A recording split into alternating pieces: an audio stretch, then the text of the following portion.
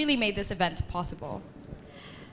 To young people who got out of bed this morning, powered through traffic, and made it to this event, to those who signed up, even if it's just for an incentive, to the new and familiar faces that I see in this audience, welcome. We represent 8 young leaders from different parts of the Asia Pacific, but we all come here today with one common agenda.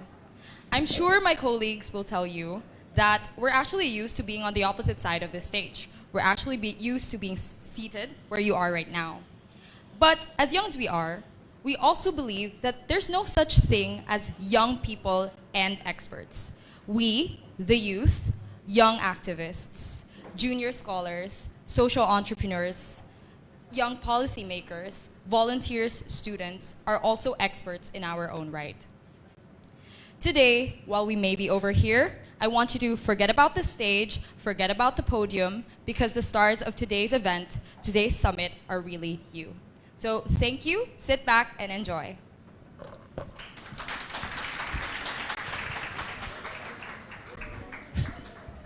Thank you so much, Franz, for that introduction. Enjoy we will, because it is a beautiful Friday and a beautiful day to have meaningful conversations. So good morning and happy Friday, everybody. My name is Jag. I am from the Ateneo Law School.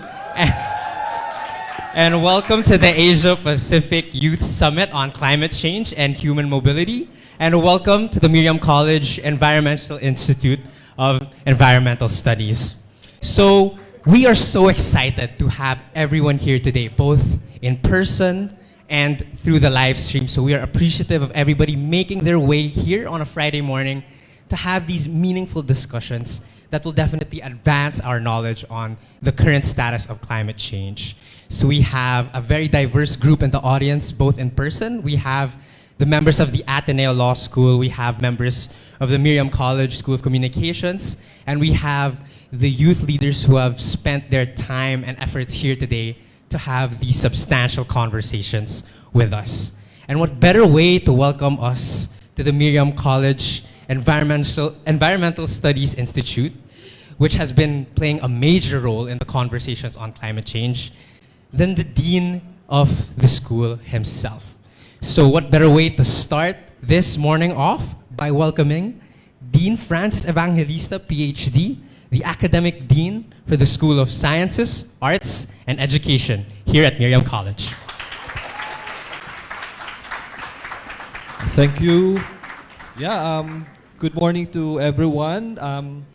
Miriam College is indeed very honored not to be part of this very worthy endeavor of the International Organization for Migration through this Asia Pacific Forum of youth to tackle the issues of climate change and human mobility. Since this is very close to the heart of our education institution, our school has 4 core values: truth, justice, peace, and the 4th one is integrity of creation, which is all about preserving and taking care of our environment. Miriam College is a pioneer in school-based education and advocacy for environment. Way back in early 1970s, environmental issues were integrated in our curricula, in all the college courses. And because of our growing partnership with the government and non-governmental organizations, and also with various partner communities, we have eventually established this institute where we are now, the Environmental Studies Institute, which takes the lead in fostering awareness and education and advocacy for the environment, and in catalyzing collective involvement in environmental advocacy. Migration studies program is also very close to Miriam, because we are also a pioneer in offering migration studies in higher education institutions. And indeed, climate change is rapidly growing environmental crisis, no, which, as they say, no, can be more devastating, more destructive, no, than the health crisis, no, like COVID-19 virus. And it is for this reason that just last May, our institution has come up with a declaration of climate emergency. And very briefly, I would like to share a portion of this declaration. We, the members of Miriam College, hereby unite our voices in declaring a climate emergency in response to the growing urgency of addressing the ongoing climate crisis. There is a rapidly closing window to keep global temperature rise to the 1.5 degrees Celsius Paris Agreement target to stop a more catastrophic climate future. We acknowledge the gravity of the situation and the urgent need for unprecedented collective response. Together with this declaration, we commit to take immediate and significant actions to reduce our greenhouse gas emissions and contribute to the deceleration of global warming by first transitioning to solar power within this current school year, practicing water conservation and water harvesting to take care of water needs for the whole campus, offering certificate courses on disaster risk mitigation and management, continuing the programs of the Environmental Studies Institute in mainstreaming environmental awareness and studies from kindergarten to college. Fifth, continuing the reforestation projects of ESI in deforested communities in collaboration with relevant government agencies. And sixth, constructing new buildings that are energy efficient and ecologically oriented in design. And the rest of the declaration were appeals, no, to our national government to concrete courses of actions which we lay down in the declaration, mainly to place front and center the necessary climate adaptation and mitigation policies and programs, including the mobilization of resources necessary to avert climate catastrophe and consequently, prevent the displacement and forced migration of so many people around the world. So I fervently hope that this discourse that you, our youth, coming from different localities, around the world, will actively engage in, will indeed contribute to crafting meaningful and efficient solutions to this environmental problem. And let me end by sharing the last part of our school's declaration of climate emergency. Now is the time to act. We have no other choice but to seize this critical decade for action, our last chance to preserve hope for a livable future for future generations. We start the transition now to a renewable, powered, and socially just future. Thank you and good day to everyone.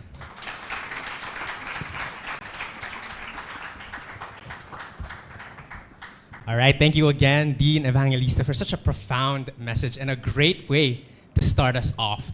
Now, I know you're all excited to get going with the program. I know I am. I, along with my colleagues in the Ateneo Law School, have been looking forward to these discussions all week.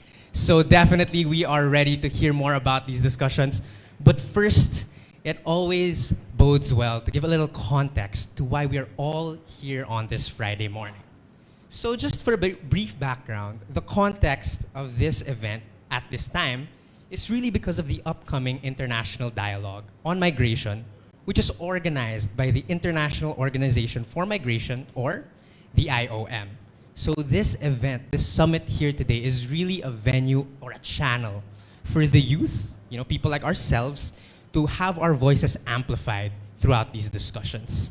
And what better way to be welcomed by the International Organization of Migration, by one of the people in charge here in the region.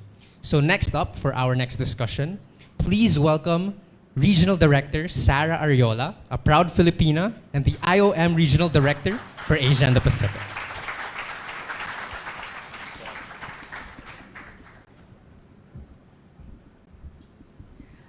Hello, good morning, magandang umaga. I think you forgot to say something. I'm an Ateneo Law School is my alma mater. I used to teach there, pero maswerte kayo, hindi na. Anyway, I'd like to take this opportunity, of course, to thank the Miriam College, ULAN, MYCP, and of course the Dean who graced this occasion. So on behalf of the International Organization for Migration, I'm very pleased to welcome all of you to the first Asia-Pacific Youth Summit on Climate Change and Human Mobility. We are incredibly excited about this event and hope that it will generate better understanding and new ideas about addressing the links between migration, the environment, and climate change. This is an issue with significant implications. On the one hand, the adverse impacts of climate change and disasters are driving millions of people from their homes around the world. The Asia-Pacific region has borne the brunt of this. On the other hand, deciding to move can be a positive adaptation strategy for many households, offering opportunities for better livelihoods and greater safety. But not everyone has the resources to migrate. Our priority must therefore be to increase the scope of options available to the individuals, households, and communities affected by climate change, including the most vulnerable. Young people like yourselves, and perhaps me a long time ago, will be crucial to this effort. We know that climate change can have different implications for particular social groups, and young people are often amongst the most exposed. But young people are also powerful agents of change when it comes to promoting climate action, disaster risk reduction, and resilience building.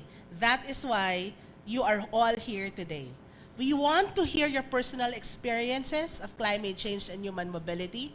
I think anyone who's been, looking at the weather, especially here in the Philippines, it's the first time I think that we're having 2 typhoons in a week, no?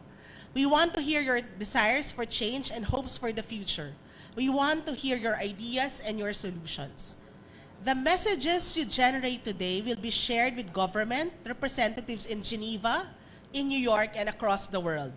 They will provide inputs to IIM's main forum for migration policy dialogue, the International Dialogue on Migration. And it is your time to make a statement. Show us what you've got. We are here to listen. Thank you very much. All the best. Magandang umaga po at maraming salamat po.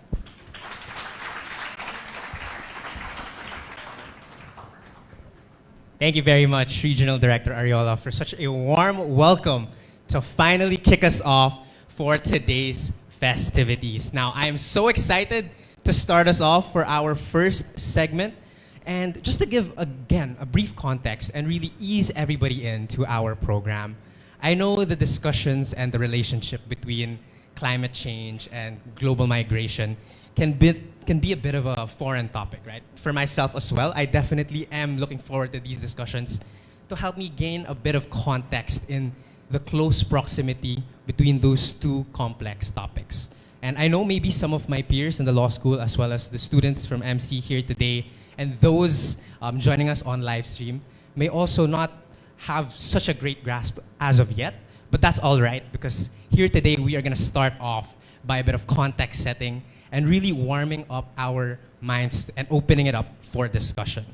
So now that we have this beginning segment, we're really going to look at an overview of key facts to be led by our youth advocate leaders. Now, to share their own stories of how the facts can really change our perspective on climate change and human migration, we are really looking forward to our next 2 speakers. So first off, I will be turning it over to Jerry Nguyen and Francesca Regala, who will be discussing a key overview of the facts. So a brief introduction. So Jerry is actually someone who has 4 years of experience in campaign building and has co-designed stakeholder consultations with UN partnership organizations, while Francesca is currently completing her master's abroad in the University of Paris, Sorbonne, and she is currently part of the Migration Youth and Children Platform. So this is a group of young leaders who participate in the Global Forum for Migration and Development. So to start us off, I'd like to welcome Jerry and Francesca. Thank you. All right. I've practiced this a lot, so magandang umaga. Thank you for the warm introduction, Jack. Franz is helping me out with the slides. So yes, my name is Jerry. I'm from Australia, as you can tell. I won't take offense if you can't understand me this morning. Yes, I've been working in climate change and migration for the last 4 years, so context is really important. I know that Franz and I have been working with climate activists across the world to elevate youth voices, but what's important is youth actually understanding what we're talking about. So this section is really important. And I recognize that climate mobility is a new thing here today. Might be for some people, some might have more knowledge than others. But today, overall, is going to be a learning experience. So if I can get you to turn yourself to Slido or access the link, we have a question so we can go know a bit more about the knowledge here today. So how much do you feel like you already know about climate change and human mobility? I think it sets the ground for that. Reflect on whether you have, walked through the flood, in-house flooding, losing electricity from the storm, typhoon warning. In Australia, we have bushfire warnings. As a result, we don't go to school for that. Class suspensions, things like that. Because remember, your experiences and your perspectives is a form of expertise, and we really want to hammer that home today. Awesome. Let's see if I can read it. Right. This is great because you're going to learn so much today, especially with the PowerPoint that we're going to go through, the 5 facts that you really need to know when it comes to climate change and mobility. So I'll speak and the slide will come up itself, but the first thing you need to know is Asia Pacific, this region, experiences more disaster displacement than any other region in the world. Climate affects different regions differently, but let's focus on here. We have river basins, we have natural hazards, we have small island nations. And the Pacific near us, near Australia, is filled with low-lying nations. And what that means is that we get a lot of sea level rises and extreme weather. And you probably know yourself by now living here in the Philippines, South Asia, you experience droughts, unpredictable rainfall, cyclones and flooding. And as I said before, typhoons as well. So since 1970, the Asia-Pacific region has actually accounted for more than 87% of the global population that has been affected by these natural hazards. And I'm throwing around these numbers, but at the heart of climate change and mobility is the people. Right? During 2010 and 2021, there were over 225 million internal displacements in Asia and the Pacific. 78% of these global internal displacement is from our region. And then young people, 15 to 24, will account for 1.29 billion people in 2030. So we're going to be the most impacted by this as well. And what was once a choice, worsening climate impacts make these decisions, turn these choices into something that's a necessity for us. This is why this conversation is so important. Your choice to migrate, your choice to education, it becomes a necessity. My colleague will touch more on this. Franz, can I welcome you back to the stage?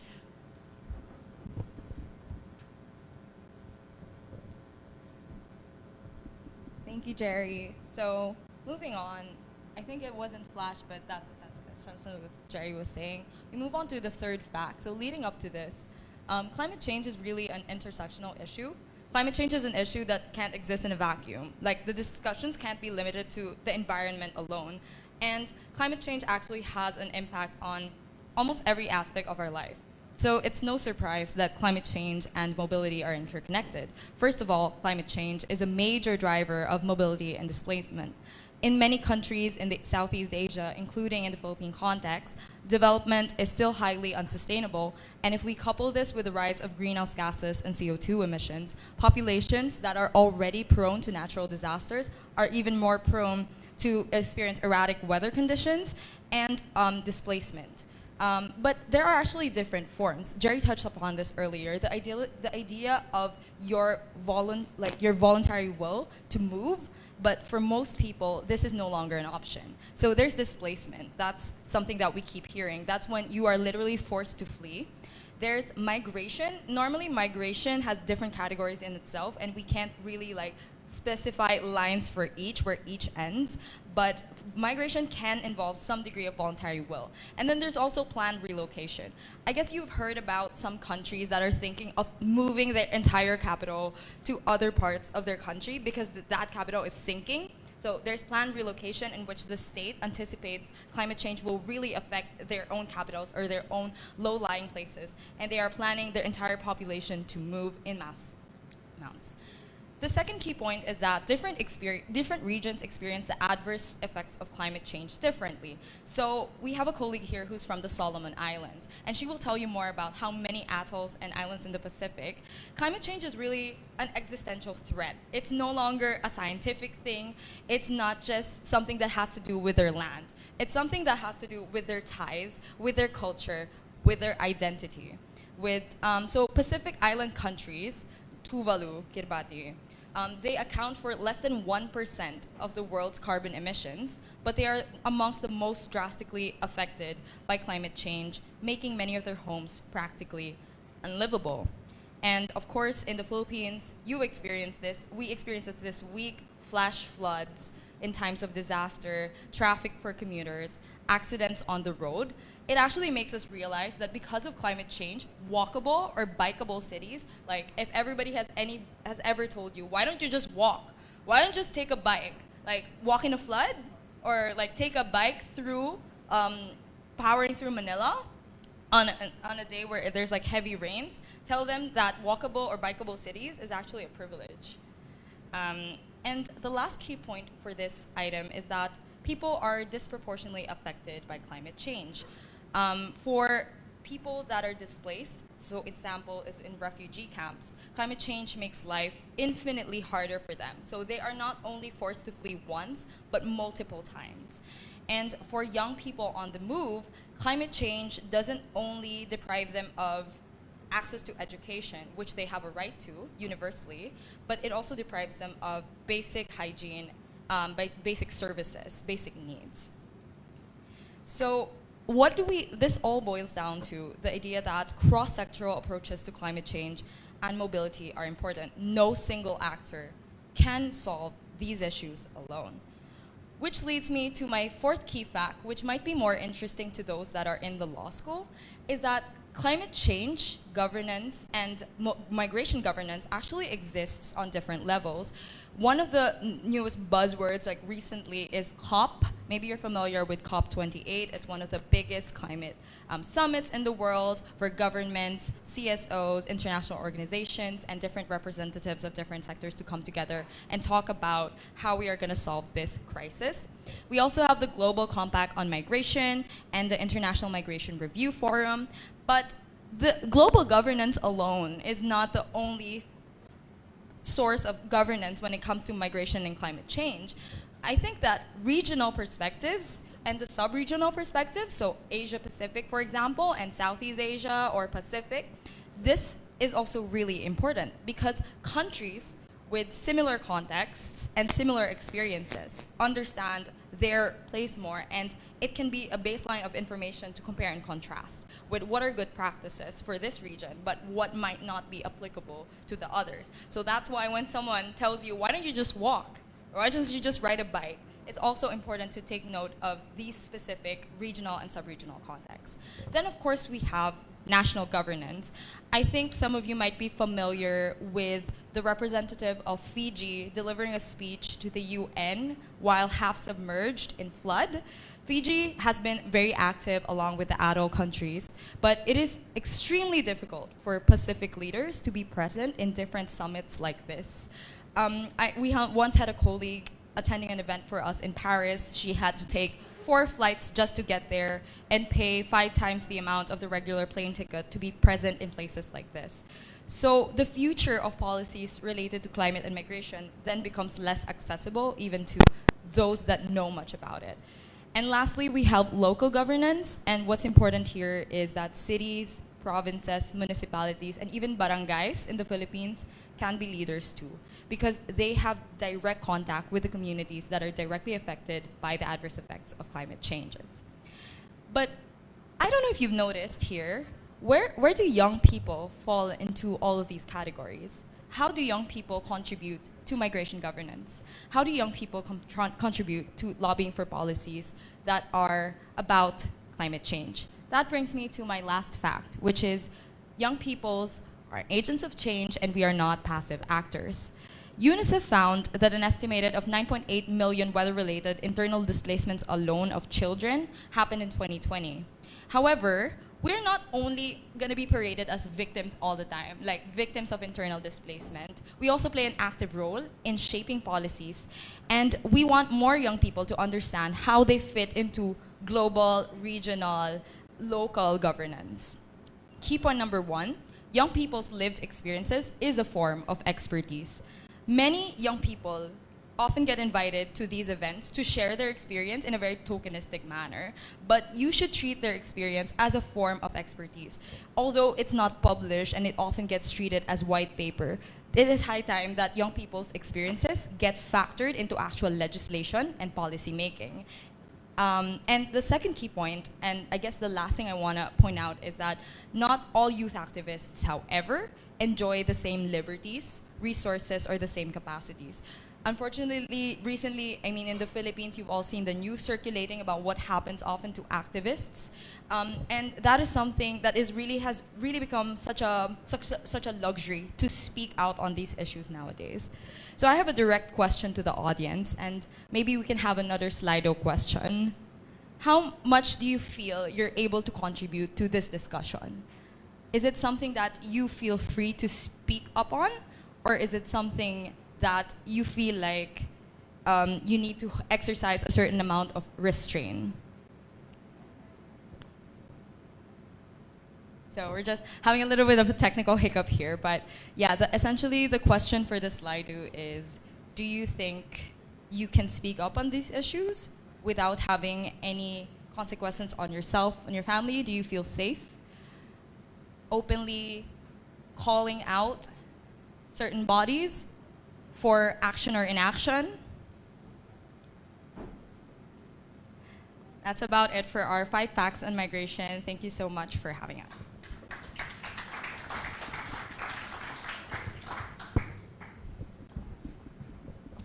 Thank you very much, again, Jerry and Francesca, for setting the context for everybody here and providing us with essential facts that really allow us to bridge the gap between the concept of migration and climate change. And now that we have that context in our minds, it's time to get a little bit more close and personal with how climate change and migration can actually affect us in our daily lives and in our personal situations. So for our next segment, we have 2 speakers to share their own stories of how they connected with this said issue. So firstly, we have Mitzi Tan, who's a full-time climate change activist and is part of the Youth Advocates for Climate Action in the Philippines.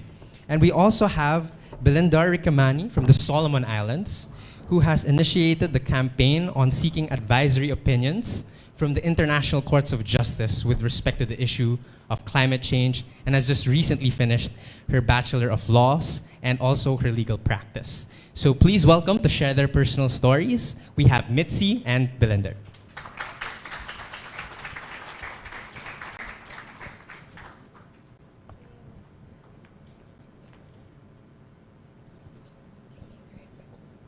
Hi everyone. I'm gonna preface this with I'm allergic to these flowers. So if you see me acting weirdly, that's what's happening. I'm just gonna move back a bit. We'll introduce ourselves first. I'm Mitzi Jonel Tan. I'm a full-time climate justice activist based here in the Philippines. And Belinda? So hello everyone. So my name is Belinda Maunia Rikimani. I'm from the Solomon Islands. I'm not sure if you know where that is. It's close to Australia. And I am a climate activist or youth advocate. I have been with the campaign. We're also working with the campaign where we're seeking an advisory opinion from the International Court of Justice on the issues of climate change and human rights. So that's the work that I'm doing at the moment, and I have just recently completed my Bachelor's of Law degree from the University of the South Pacific. Belinda and I actually met each other 3 years ago online, where we first started working together because we wrote a letter together to the G20 finance ministers, and then it was a collaborative like open letter or piece that was published in different news sites, and there we talked about the importance of climate finance. So yeah, it's really nice to actually be here with Belinda again at home, where it's a much calmer setting, because we usually see each other in UN climate conferences or in COP, like last year at COP 27. Yeah, so that's a little bit about how we've met.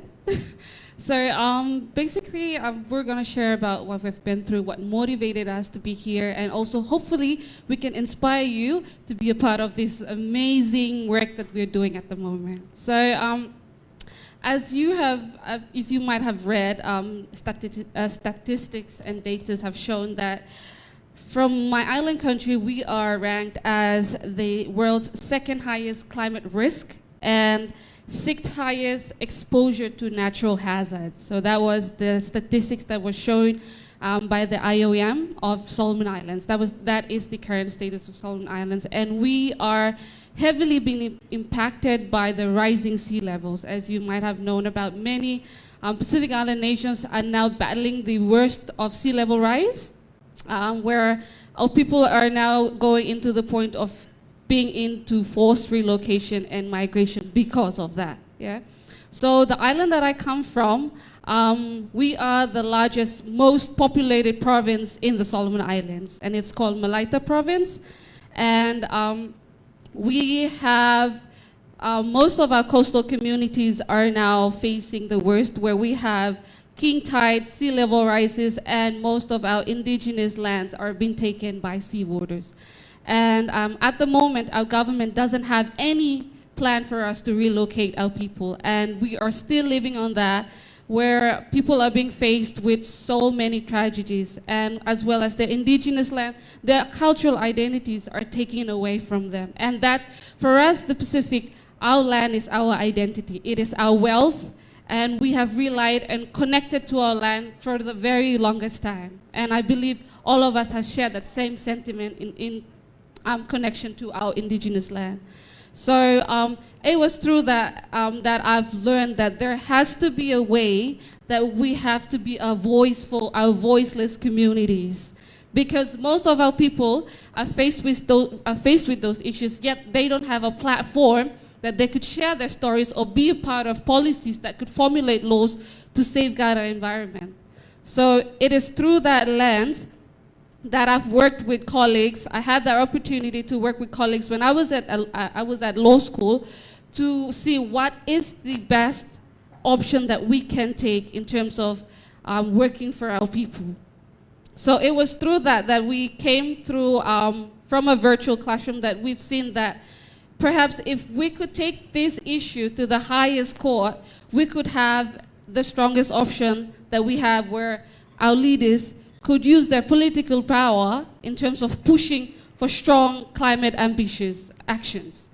So at the moment, with the work that we're doing, we are now working with our current governments to ensure that they are putting the strongest submissions that are due early January next year to the International Court of Justice that centers intergenerational equity and human rights in their submissions, to make sure that the voices of our indigenous communities, the marginalized communities, women, children, are being centered in all the actions that we want for climate change.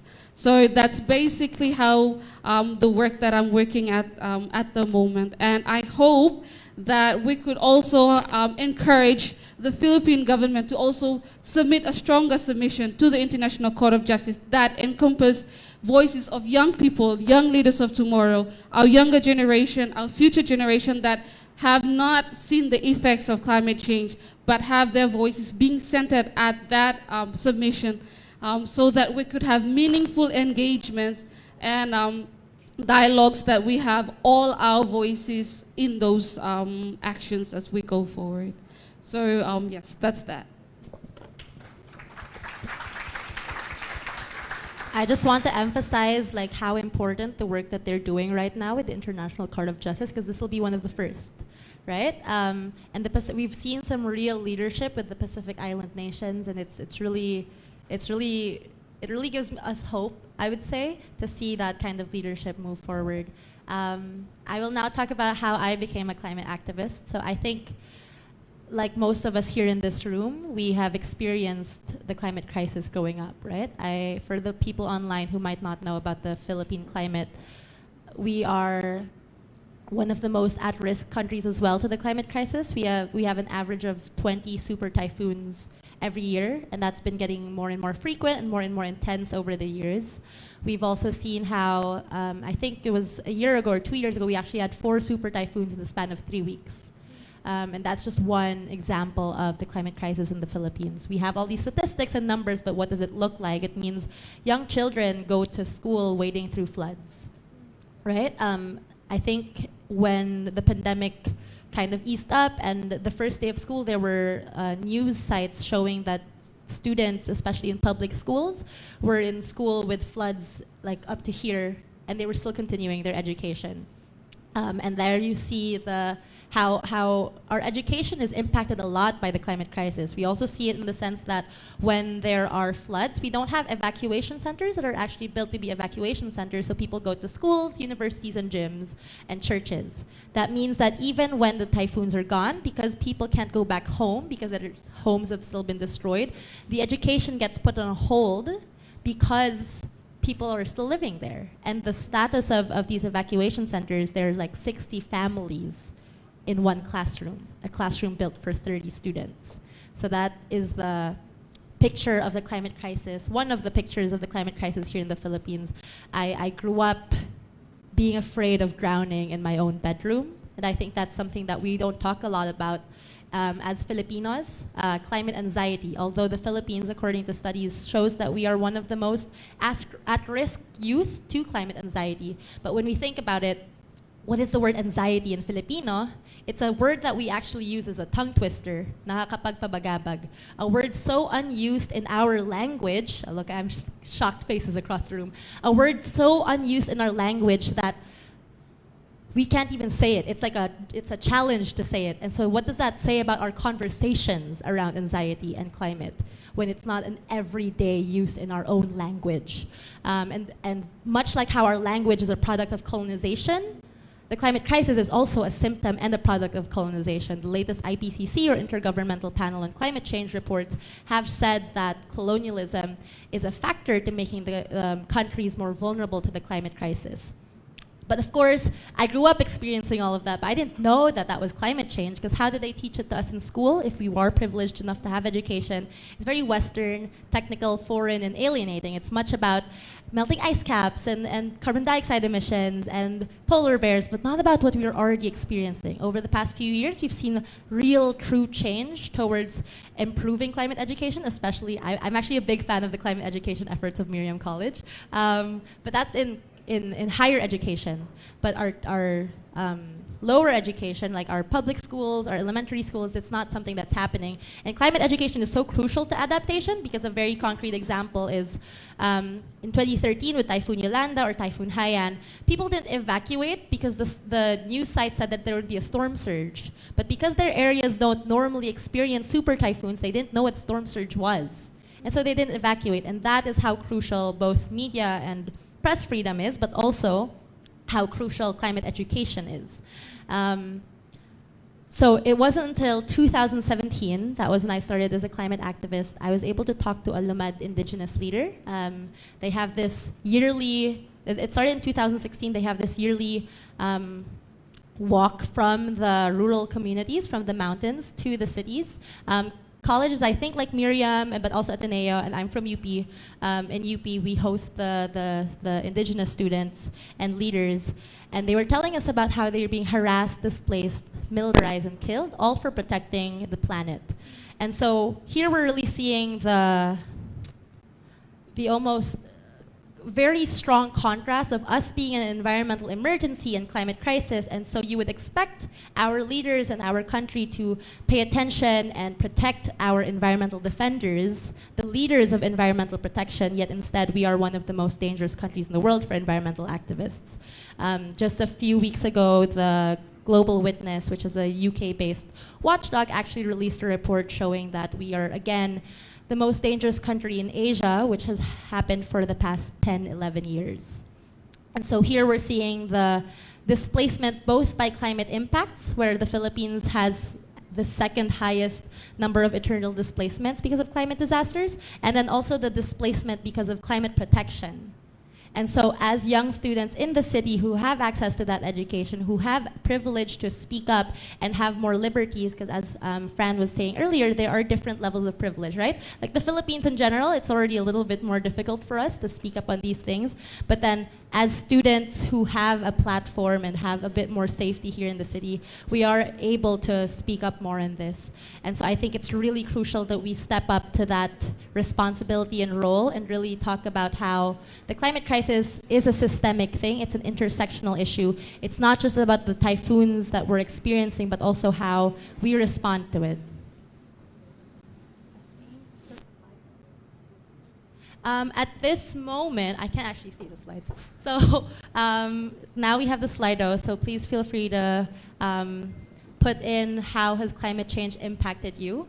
And if anyone actually wants to share about their experiences, or if you have questions, feel free to raise your hand and we'll get a microphone over towards you.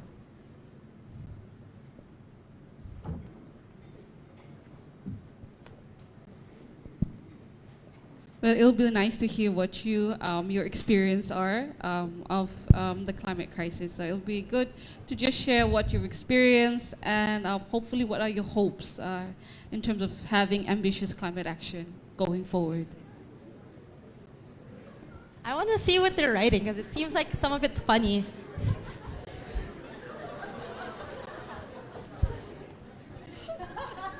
So yeah, when it rains, it pours. It's so hot, I want to bury myself in ice. The intensifying weather made my nose bleed.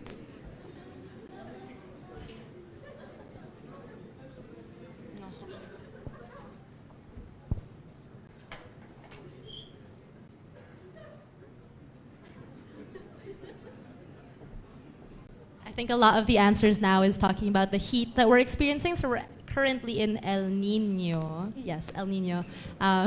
It was announced like in May, I think. Looks like we have some interesting answers on the board.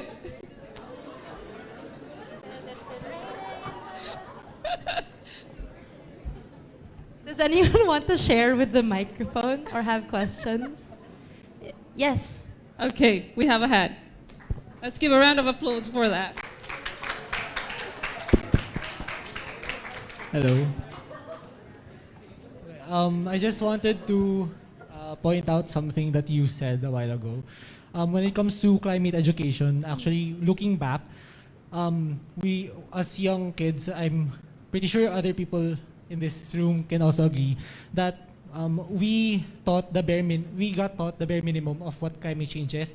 So, for example, like recycling and stuff, but it wasn't taught to us that climate change is a very, as pointed out a while ago, it's an intersectional issue. It cannot be analyzed in such a vacuum because it doesn't exist on its own. For example, when it comes to pollution, why is pollution dominant in the Philippines, especially in the impoverished areas? It's because when it comes to single-use plastics, it's where people in the lower classes are accustomed to because they can't buy big ounces of shampoos. They can only afford like one sachet per day.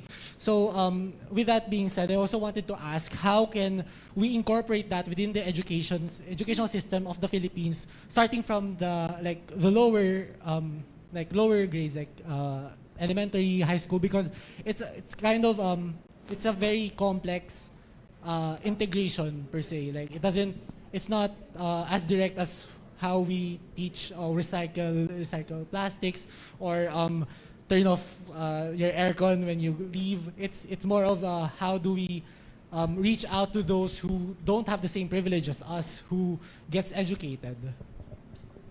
Yeah, exactly. It's never taught to us that it's the fossil fuel industry that causes the climate crisis, right? It's never taught to us that it's these large-scale mining corporations and these environmentally destructive projects happening in our own country that's causing the climate crisis. And that's on purpose, right? Because usually these are also the people who support, our government, also donate to schools, etc. So it really is something that it's up to young people and young students. And we have been seeing shifts in educational systems as well. In our work at YACAP, we work a lot with teachers and educators to have these conversations and then see in which ways they can do it. But we have also been in discussion and dialogue with the Department of Education since 2017. Since 2019. And according to older civil society, there has been a push for climate education curriculum since 2012, but it hasn't been moving very quickly. And so the information is also still from 2012. It's not very updated. We had to recently put a pause on our dialogues with the National Department of Education because of the change of leadership. And for the Filipinos, you'll understand why. But so now we have been talking to a regional Department of Education because it's a lot easier and a lot quicker. So I think that's our role here. Going to schools, both like in Ateneo or in Miriam, you can actually go to the elementary and high school classes and say, can we as young people speak to your class? So that's a thing that we do a lot. And I think it's really important for young kids to also see young people talk about it, because then they see that, oh, I can do something as early as now. Like, I am already a leader. I do not have to wait for the future, because we're always told that we're the kinabukasan, right? Or we're always the leaders of the future, but we are the leaders of today, and we can already do it. And I think that's really important for young people to see. And I think, Belinda, maybe you want to add on how like climate education might look like in Pacific Islands, and how much of a role young people have in that, if you want to. Yeah, so for us, with the work that our organization is doing, we're partnering with universities, high schools, elementary schools, and we're trying to see that we have to engage youths in our awareness. So we do a lot of awareness and educational sharing with youths, making sure that they basically know what is climate change and what are their roles in terms of working in terms of climate action. So we have been working with that, and it has been very good because now young people can actually talk about what they know about climate change. So yeah, that's that. Yeah. In a lot of the work and people I've been talking to, we've seen how, especially from the global north, they'll say that raising awareness isn't enough. And I think that's actually a privilege to say, especially in countries like ours, where they don't understand that climate education is the first step to awareness, and it's the first step to action. And so I think that's so crucial that we listen to the science, learn the climate crisis, but also listen to lived experience and listen to our experiences ourselves, right? Like really analyze what we have experienced, what we've gone through, and really have conversations everywhere and anywhere about these issues. Because it is really young people who will change the world. And this, I'm not just saying that about our generation. We've seen in almost every historical moment in society, the young generation of that time period, they were the ones who were leading the way alongside marginalized sectors towards change. And so we have to learn from and work with the past generations and then bring on our own like spin on it, right? Because every generation has pushed so much change, and there's so much to learn and build from that. And it's so important that we keep doing this relay race of a fight. Yeah, I think that's it. Yes. Thank you so much.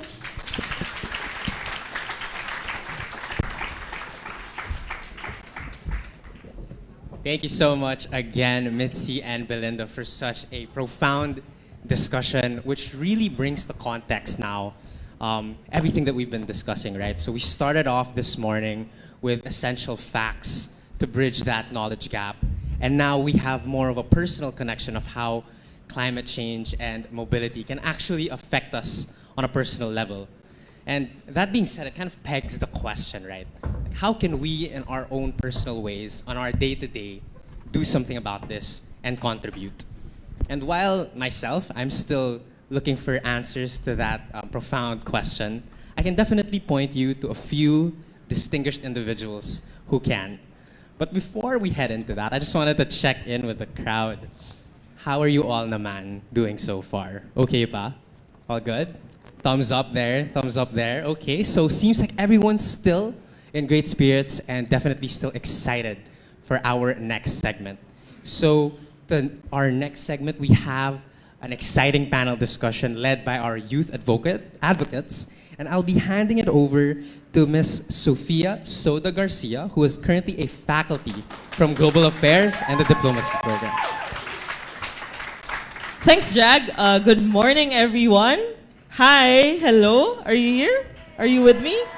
Perfecto. So, again, so I have a script actually. So, good morning, everyone. I am Soda Garcia, a proud graduate of Miriam College. Yay, MC friends? Yes. And I will be your moderator for this segment. Welcome to our panel discussion titled, Get Involved, How Can Young People Make an Impact in Climate Change, Human Mobility Space, locally, regionally, and internationally. We are lucky to have young speakers today who will share their experiences working in the field of climate change and human mobility, both as members of their communities and as global citizens. So before I call on our speakers here on stage, a gentle reminder, we will be using Slido, we are in the era of globalization, as our main platform for our Q&A, and for our audience online and on-site, please place your questions there. The instructions are flashed on the screen, and I'm pretty sure you're already in the virtual portal. At this point, are you ready to meet our speakers? Can I hear a resounding yes? Yes! Yun, let's get it. So, first up is Otto, Otto Ito, representing Japan.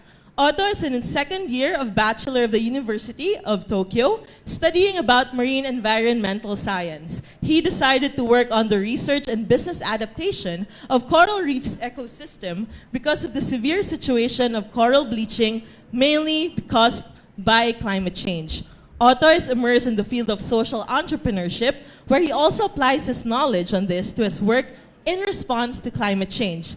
Otto is attending the upcoming COP28 at Dubai as one of the Japanese youth delegates. So everyone, a warm round of applause for Otto Ito from Japan. Yes, Otto. Now from Japan, let's travel to Singapore, the home country of Therese Teo, a recipient of various awards. She is an intersectional environmentalist and final year undergraduate majoring in environmental and political science at Nanyang Technological University in Singapore. Currently, she is president of local climate advocacy group Singapore Youth for Climate Action, and Therese has participated in various conferences on climate justice, both local and international. So Therese, yep, I invite you on stage. Yun. So we're actually traveling to different places right now. So now we will move to Mongolia, represented by Nomun Billy Dashinam. He is an active member of the United Nations Youth Advisory Panel, a dedicated activist for an air pollution watchdog organization, Breathe Mongolia. He has tirelessly championed clean air initiatives to promote meaningful youth participation in climate decision-making processes and SDG action advocacy. So ladies and gentlemen, let's welcome Billy on stage. Yes. All right. Thank you so much. You may actually take your seats. I'm sorry about that. And finally, we are going to the land down under. Yes, to complete our lineup is Aidan Lukes from Australia. He is a Bachelor of Business and Bachelor of Laws honor student at Queensland University of Technology and an Asia-Pacific lead at the Migration Youth and Children Platform. Aidan has organized and co-directed numerous climate migration and mobility conferences, consultations, and policy initiatives across the Asia-Pacific. Aiden's interests lie in climate migration, youth activism, democracy, education, and public policy. Without further ado, Aiden, you're up. All right, so thank you. So again, I present to you our panelists for today's youth discussion. And again, can I ask you another warm-up round of applause for them? So I'll probably just be standing here since I am managing 2 multiverses, online and on-site. Perfect. All right, so again, thank you to our panelists. So at this point, we will get to learn more from them.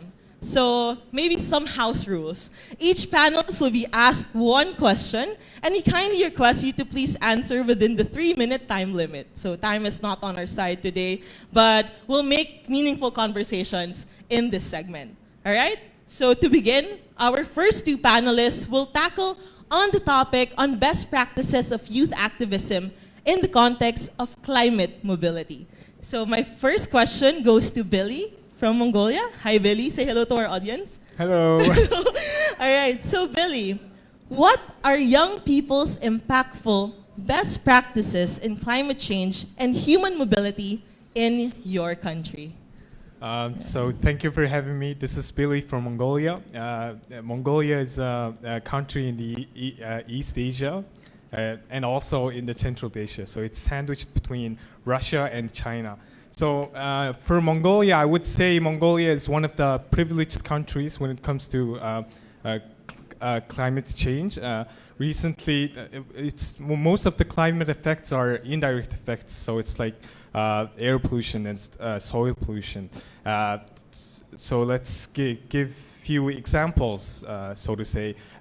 In the winter, Mongolia is actually one of the most hazardous air polluted country amongst the globe. So recently in September, we experienced a very extreme level of rainfall, which affected the river coalitions and displaced a very number of peoples in one of our major districts in the capital. So the solution was that most of the few young people started a startup. It was mainly replicated in Mongolia. It's called an application called What's 3 Words. So it's a navigation system that can navigate 3.3 square places. So let's say in Philippines, this 3x3 space would be called by 3 words. Let's say White Lotus, Manila. So this helped the Mongolian displaced people and refugees from the climate to navigate, because Mongolia is a very vast country, and primarily the 60% of the whole population resides in the capital. So it can be difficult in times of the climate crisis. It can be difficult to find and navigate young people in the times of climate situation. So I would say that technology would be one of the best practices in Mongolia to help on-site crisis. All right, thank you so much, Billy. So we now see, like, again, in the era of globalization, we now utilize technology in response to the issues of climate change and human mobility. So my next question is for Aiden. And we know that countries have diverse contexts and protesting is impossible in other countries. In light of these differences, how can young people adapt their activism to the context of their country? An excellent question. So I think the first thing I would say about this is that it's really important to understand that all forms of activism are valid activism. I think a lot of the time in these youth spaces, we often think of young people being out on the street, doing all sorts of different things, and making their voices heard in a very visual way. And I think that plays a really important role in the youth activism space, in the climate migration space. But it's not the only form of activism that we can see. And although it plays a critical role in advancing the interests of young people, and I really want to emphasize that protesting does play a critical role, we know that there are other ways that young people can make their voices heard, and that in many ways it is a privilege to have the opportunity to be on the streets and protest. So if we're looking at what that privilege looks like, I think it can be twofold. So the first is that the right to protest free from harassment doesn't exist equally for all young people across the Asia Pacific. So in Australia, we do have the ability to go out on the streets and make our voices heard, but I know that that doesn't exist necessarily in all Asia Pacific nations. So that in itself is a privilege to have that opportunity. And I think also when we look at the climate crisis and the climate mobility crisis, we know that it's an intersectional one, as some of the speakers have previously talked about. And if we're taking that intersectional lens, we know that not everyone has the opportunity to attend those sorts of events. So we know, for example, women, children, and LGBTQIA+ communities are disproportionately affected by violence and harassment. And that can be compounded when taking part in protest events. We know as well for persons with disability, for example, that there can be accessibility issues in being able to attend those sorts of events. So we know that being able to protest is a privilege because of that sort of twofold situation we're facing. And so I guess my message here to all of you today is that don't think that protesting is the only way that you can make your voice heard and the only way that you can be an activist in this space. So it can come in a broad variety of forms, whether that be starting community consultations within your local area if the climate mobility space is less developed there. It can be starting dialogues within your schools, within your religious communities, within any aspect of your community, even within your own family. It can be looking at things like making parliamentary submissions or submissions to international organizations like we heard from previous speakers. It can also look like social entrepreneurship, as we'll hear from a bit later too. So all of those forms of activism are valid and are playing a critical role in advancing the interests of young people. So when you finish attending this conference today, what I want you to really take home is that all of your activism is valid, and no matter what form it comes in, it plays a critical role in advancing our interests and making a better future for all of us. Yeah. All right, thank you so much, Aiden. So again, no initiative is too small. And again, we can use like technology to create that space. So there's an idea of created spaces and invited spaces. And as young people, change actually begins sometimes in conversations. Like maybe the person next to you will be your next colleague in sparking change in both our communities and even globally. So thank you so much, Aiden. And now let's move to the second part of this panel discussion, wherein our speakers will now focus on, and we will learn more on the intersection, so Aiden mentioned that a while ago, thank you so much, on the intersection of the climate crisis with the issue of migration, social entrepreneurship, and we have Therese and Otto to discuss that. So my first question goes to Therese. Hi Therese, say hello to the crowd. So my question for you is, how can climate justice movement be stronger allies with refugees and migrants facing discrimination and other issues? Yeah, so thank you for the question. So yeah, just as I mentioned earlier, I'm from Singapore, and my organization is Singapore Youth for Climate Action, where we do climate policy advocacy and research and also climate education. And I think like one thing that is very missing from the conversation either in Singapore or maybe in your country that you're from also is that there is a lack of awareness of how climate change and human mobility are so tightly linked. And there's a very few conversations on it in Singapore, which is an issue that we need to tackle. And so I think the first thing in which the climate justice movement can be stronger allies with the refugee rights issues is to really raise awareness that this is a problem. And like, I think also in the international climate negotiations, there's a term called loss and damage, which is very often used to refer to the current ways in which present climate change impacts are affecting communities beyond what they can mitigate or adapt to. And I think it's also important to recognize that there's actually a lot of loss and damages not just happening today, but also in the past, they have been unaccounted for. But they should not be forgotten, because once we forget their stories from our national memories, that's when we lose our culture and our identity as well. And I think the Singapore case study is one example of that has already happened, unfortunately.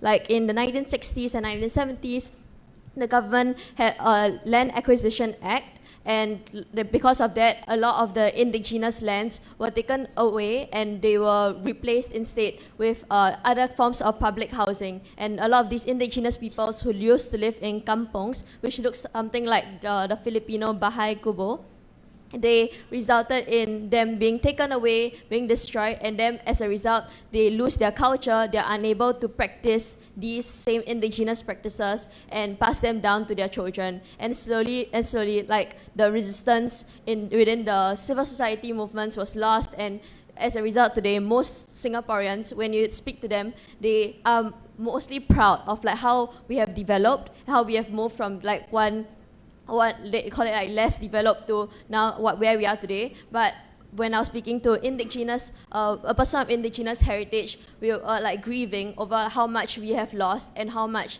the everyday typical Singaporean don't know about it as well.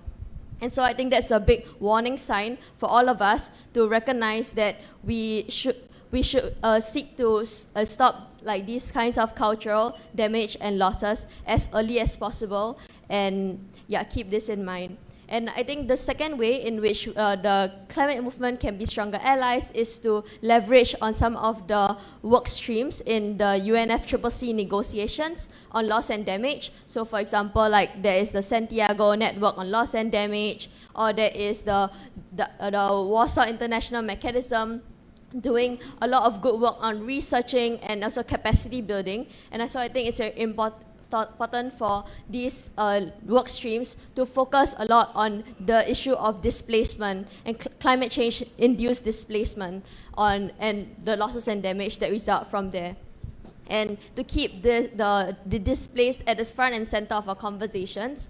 When I was speaking with a refugee, Afghan refugee who currently lives in Indonesia, she was talking about how they have they face like many different psychological issues because they just don't see hope in life anymore, because they've just been living in the same camp for the past 10 years. And a lot of them resort to other mental health problems, and besides, on top of many other physical health problems also. And she said how it's super important for people to continue to remember them, to remember that they exist and that we have a crisis today. Yeah, and I just can't imagine how much this crisis will be amplified in the near future, with climate change causing even more of these refugees and displaced people, and how we need to keep them at the front center of policy making and our conversations. Yeah. All right, thank you so much, Teres.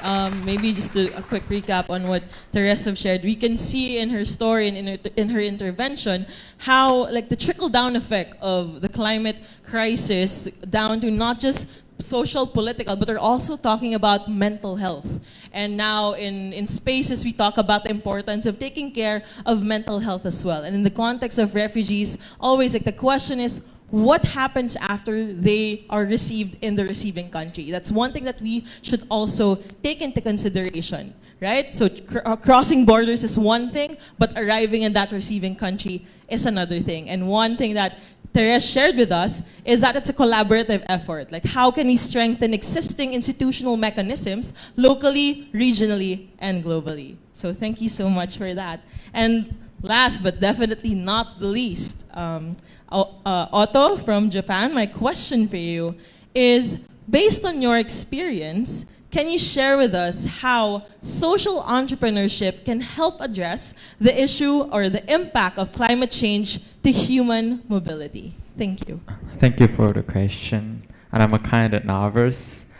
So, have you ever been to Japan? Any of you?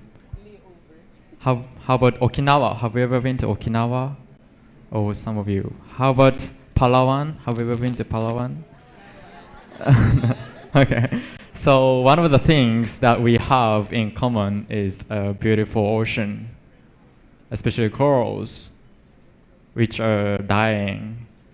So I'm studying environmental science and also business at the University of Tokyo to tackle the problem from business side. So let me share my story or the things I know with you guys. About social entrepreneurships, especially on climate change, can be basically sorted into two types. One is mitigation and another one is adaptation. Mitigation is try to emit as less CO2 as possible using techs like renewable energy. And adaptation is to help people to adapt to the world with changing climate, to live healthily, to live happily, even in that condition. So one of the examples, let me give you an example of my family, of my friend's company in Japan. He's still 26 years old, and he created a forecast system of loadings using data not only of the weather but also the infrastructure condition or cracks of water pipes underway, which changes every day. And now most of the provinces of Japan use his tech. So that kind of technology is one example. And the thing I want to tell you today is good and bad of social entrepreneurship approaches. A good side is, of course, anyone can change the world just with one idea. So look at Elon Musk with the idea of electronic vehicle from South Africa, and he's selling 1 million of cars in America right now, right? And my friend, he's still 26 years old and selling his technologies to governments and provinces. So it's one of the examples, and that's what I'm trying to do right now. But negative side that I want to emphasize today is that business approach can sometimes leaves behind people without money. So for example, when you want to relocate, when you want to migrate, it's no matter how good services there are out there, it's all about money, it's all about visas, it's all about cultural shock, right? So I think that is why we youth are here to elevate governmental actions to realize truly mobilized society. Yeah, thank you. All right, thank you so much, Otto. I think what we can get from our speakers is with great power comes great responsibility. And Otto has shared with us the two sides of the pros and cons of utilizing technology and turning it into social entrepreneurship or turning it into businesses. I think what we also have to remind ourselves in creating or in identifying solutions to today's pressing problems is how do we responsibly approach, for example, our partners and communities, our stakeholders. So again, let's give a warm round of applause to our 4 speakers. The segment isn't done. So at this point, we are now opening the floor for questions, comments, insights based on the sharing of Billy, Aidan, Teres, and Otto. So a gentle reminder, we're using Slido as our main platform for the Q&A, but I think we want more interaction. So anyone from the audience, you can raise your hand and we will address, you can address your question to any of the panelists. So maybe, yeah. And for our friends online, please write or submit your questions via Slido. Lindsay is our tech person. Thank you so much. All right, yes. So good morning, everyone. I'm Greg from ALS. Block B. So my question is, well, as stated by our guest speakers, that again, part of climate activism is for us to, of course, voice out our concerns pertaining to the climate. But how could we integrate it in our educational system, wherein we do not just focus on how we voice our concerns, but how could we help in the climate action through our own little way? Because, for instance, if you look at your greenhouse gases, diba, the priority is carbon dioxide. But second to those is methane. And one of the highest contributors of methane is actually the agricultural activity. So every time you eat your burger, yeah, every time you eat your burger, you're actually contributing to the greenhouse gas emissions, particularly methane. And we know in science that methane, one data suggests that methane has 3 times the effect of carbon dioxide when it comes to effect. Then another is every time that we use an aircon, diba? We know Philippines, you have Okinawa, you have a lot of countries in the Pacific, in the Asia-Pacific region, which are considered part of what we call as small island states.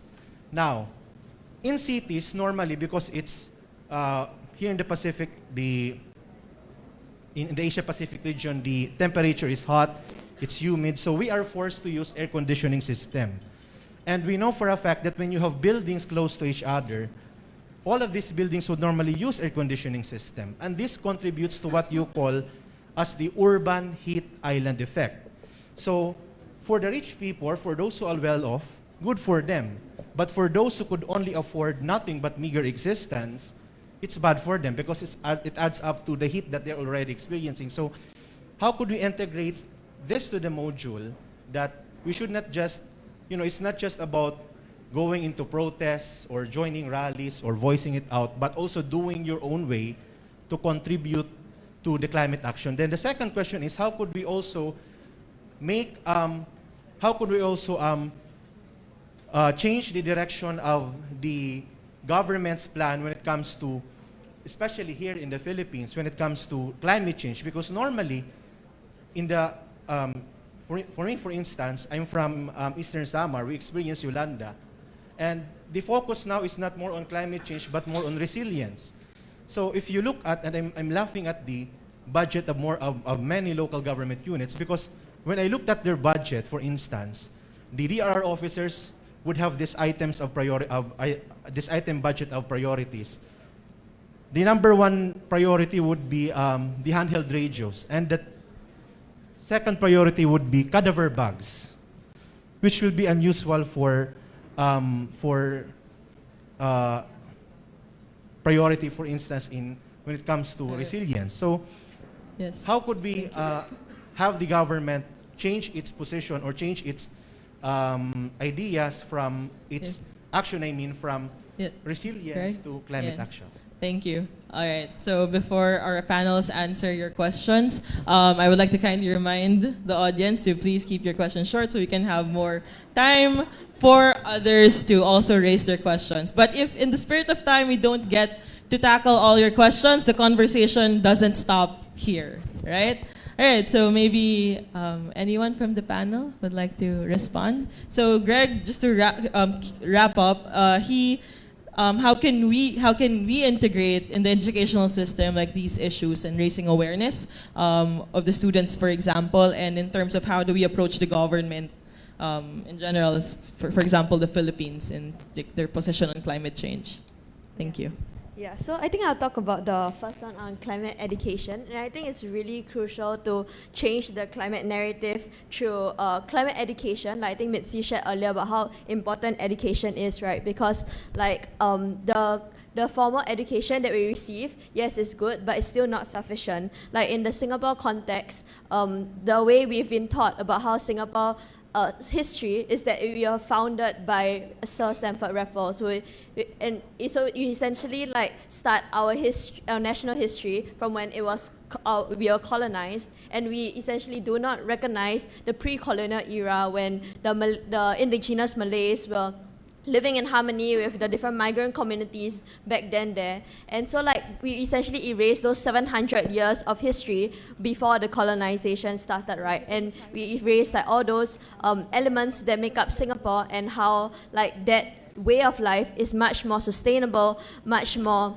much more sustainable with a world that that will not see climate change as compared to what happened after that, and how that has how colonization eventually resulted in the climate crisis as well. And so, like, I think it's really important to incorporate these narratives and to push back against those bigger narratives out there that are seeking to make us feel that the story started from a place where it didn't actually start from. And like in Singapore, actually right now as I speak, there's a campaign going on called From Mud Flats to Metropolis, where it also again talks about how from the 1960s to today, how Singapore has developed a lot. And yes, on one hand, while I'm proud that Singapore has developed, but on the other hand, I'm also again very sad that we have again erased the histories of the 1960s communities when they were living in those kampong houses and living much more sustainably than we are today.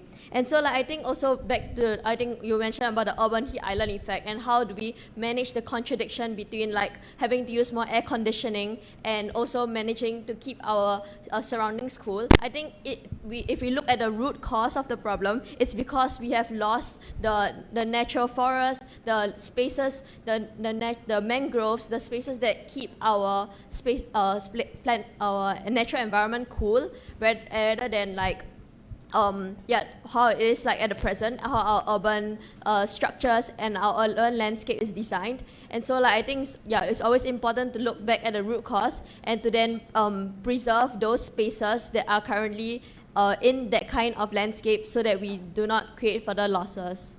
Yeah. All right, thank you, Teres. Anyone? Or Aiden, you want to answer the question? If I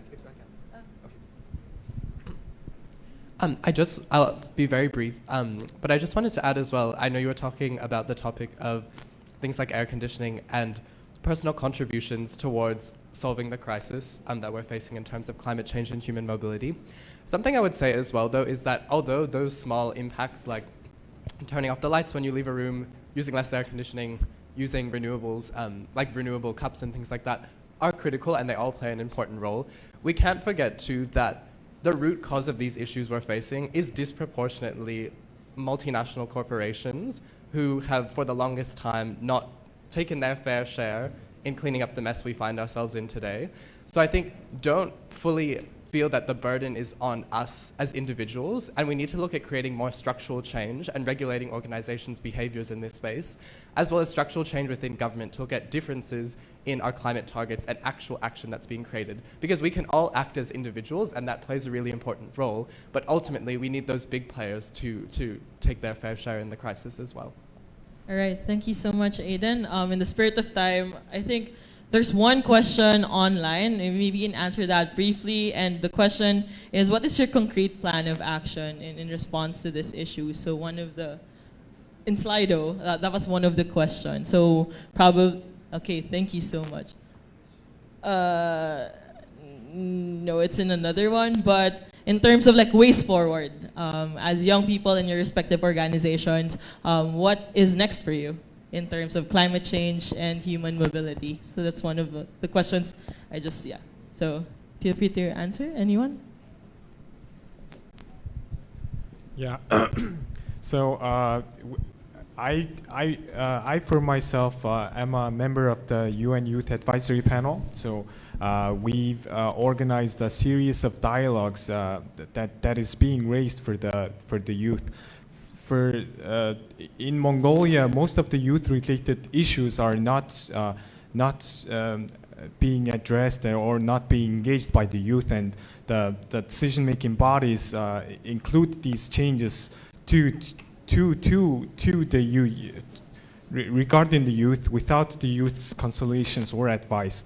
So I would say we need as a youth, we need to unite not just on climate-related issues, but unite and have an engaging series of dialogues regarding the youth-focused issues. So I would say engage as many as discussions as possible and document it and provide it to maybe through the Miriam College or through your IOM colleagues, and so they can forward youth messages to the decision-making bodies. That's what I would say. So have a very fruitful discussions and yeah, I think that's it. I won't drag it. Thank you. Thank you, Billy. So anyone? Does anyone want to speak? Okay. Otto? Okay, maybe Otto will last and then we'll wrap up the session. My next action is not about migration or relocation, but about climate change and nature conservation. I'm joining COP28 as Japanese youth delegate, and I'm having an event with, do you know anything about the discharge of what was that? Water from Fukushima nuclear power plant. Does anyone know about that? Yeah, so I'm having a discussion with Chinese delegate on COP28 to make an advocacy for Japanese government, which to collect frank opinions about it, or to frankly discuss with them about it, which is really difficult for politicians to do. That's what only youth can do, right? So that's my next action. But I don't think that the action has to be that big. It can be small steps, just to Google about migration, Google about climate change, climate technologies. Yeah, it can be next action for all of us. All right, thank you so much, Otto. Again, youth is not just part of the future, youth is in the now. So why wait for 2030, right? So I think in the spirit of time, you have one last question, but you will just refer to our Slido. Yeah, there's a question there, but Lindsay will post it. Okay. Some change, so we're adapting to the changes too. Thank you, Lindsay. Yeah, and I would like to thank you all for this interactive discussion. Again, the conversation doesn't stop here. You can ask our dear young panelists for more clarifications and questions today. And yeah, that's a wrap of our panel discussion. I'm Soda Garcia, your moderator. Thank you, and back to you, Jag. Thank you to our panelists.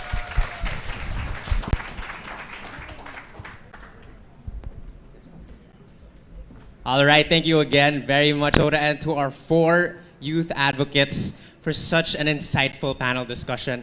Now, I know we've taken in a lot, so we do deserve a little bit of a break for refreshments. And for those of us joining online, thank you very much for your participation. Unfortunately, the live stream ends here, but of course, we do appreciate your time and effort to be part of this regional discussion on climate change and migration. Now, for those of us in attendance here in the venue, we will be having a brief 20-minute break for a bit of refreshments. And then after the break, we will be having the more interactive and engaging portion of this morning segment, wherein we will share our discussions and be more involved with discussions with the youth advocates. So without further ado, please help yourself to refreshments and be back here in 20 minutes. And remember that you can record yourselves, record a message in the video booth. You can share your thoughts via the message board. And of course, take photos by the wall and with your peers. Thank you very much, everyone, and I'll see you in 20 minutes.